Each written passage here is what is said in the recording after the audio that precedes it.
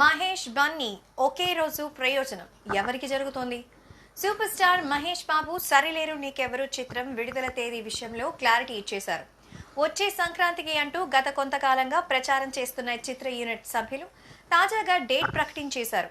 విడుదలకు ఇంకా చాలా సమయం ఉండగానే అందుకు ఎప్పుడంటే అప్పుడు అప్డేట్లు ఇస్తారా? ఎందుకంటే అప్డేట్ అప్పుడే ప్రకటించేశారంటూ అందరూ ఆశ్చర్యం వ్యక్తం చేస్తున్నారు. సరిలేరు నీకెవరు చిత్రాన్ని జనవరి 12వ తారీఖున విడుదల చేయబోతున్నట్టు అధికారికంగా ప్రకటన వచ్చింది.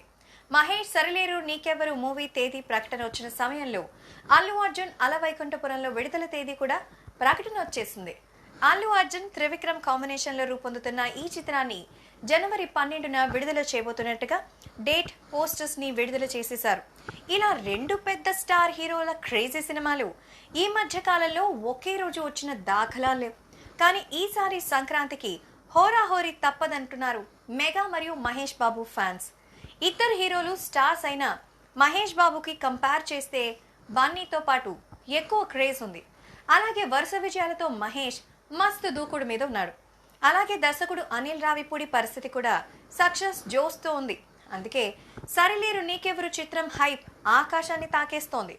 అయితే అలవైకుంఠపురంలో చిత్రంకి మాస్తం కాస్త తక్కువ ఉంది. కారణం బన్నీ గత చిత్రం నా పేరు సూర్య ఫ్లాప్, త్రివిక్రమ్ గత చిత్రం అరవింద సమేత కూడా అంతంత మాత్రమే.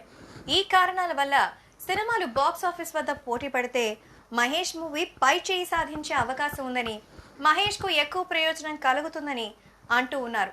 మరైతే రాబోతున్న సంక్రాంతికి ఈ ఇద్దరిలో గెలిచేదెవరు? మేము చేసే వీడియోస్ మీ మొబైల్ కి నోటిఫికేషన్ గా రావాలంటే మా ఛానల్ ని సబ్స్క్రైబ్ చేసుకుని పక్కనే ఉన్న బెల్ ఐకాన్ ని యాక్టివేట్ చేసుకోండి.